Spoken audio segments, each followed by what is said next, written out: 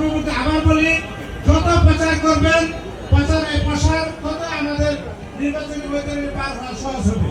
এই আশা এবং প্রত্যাশা ব্যক্ত করে আমি আমার সংক্ষিপ্ত বক্তব্য শেষ করছি। আল্লাহ হাফেজ। বাংলাদেশ জাতীয়তাবাদী দল জিন্দাবাদ। জিন্দাবাদ। বসে আপনি শুধু ওয়ার্ড বলবেন। বিসমিল্লাহির রহমানির রহিম। আমি খিলক্ষেত থানা অন্তর্গত 17 নং ওয়ার্ড বিএনপির সাধারণ সম্পাদক মজনুর উদ্দিন। আসন্ন জাতীয় ত্রয়োদশ সংসদ নির্বাচনে আপনার সভাপতি কোথায়?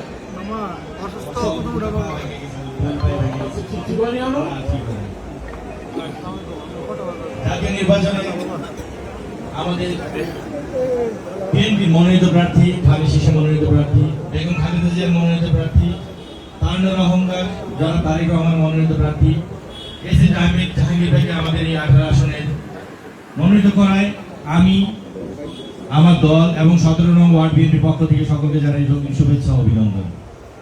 আমি আসলে সবাই অনেকে